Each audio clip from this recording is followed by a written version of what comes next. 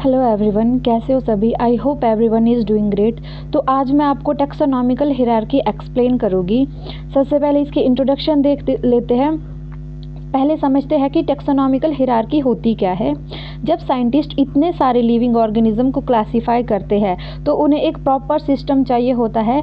इसी systematic arrangement को taxonomical hierarchy कहते हैं। हायरार्की का मतलब होता है step by step level. Definition में अभी हम देख लेते हैं। टैक्सोनॉमिकल हायरार्की में क्या है, ऑर्गेनिज्म को हाईएस्ट से लोएस्ट कैटेगरी तक अरेंज किया जाता है। Taxonomical hierarchy is step by step arrangement of categories in descending order from kingdom to species.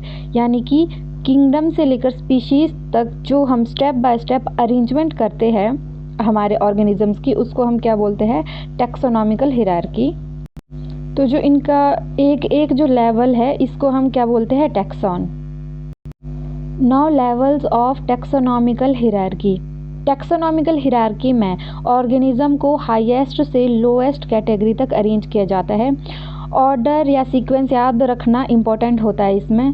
सबसे पहले आपके पास आ जाता है किंगडम, देन फाइलम या division, class, order, family, genus, species. Kingdom सबसे ब्रॉड कैटेगरी होता है और स्पीशीज सबसे स्पेसिफिक कैटेगरी होती है। ये रहा। जैसे जैसे हम ऊपर से नीचे आते हैं सिमिलैरिटीज़ बढ़ती जाती है। और आपके किंगडम में बहुत ज़्यादा वैरायटीज़ होती है, लेकिन स्पीशीज़ में ऑर्गेनिजम्स ऑलमोस्ट सेम होते हैं। ये रहा स्पीशीज़ आपका, और आपस में रिप्रोड्यूस भी कर सकते हैं। अब इसको हम आगे समझते हैं। एग्जाम्पल ले लेते हैं ह्यूमन क्लासिफिकेशन में, ठीक है।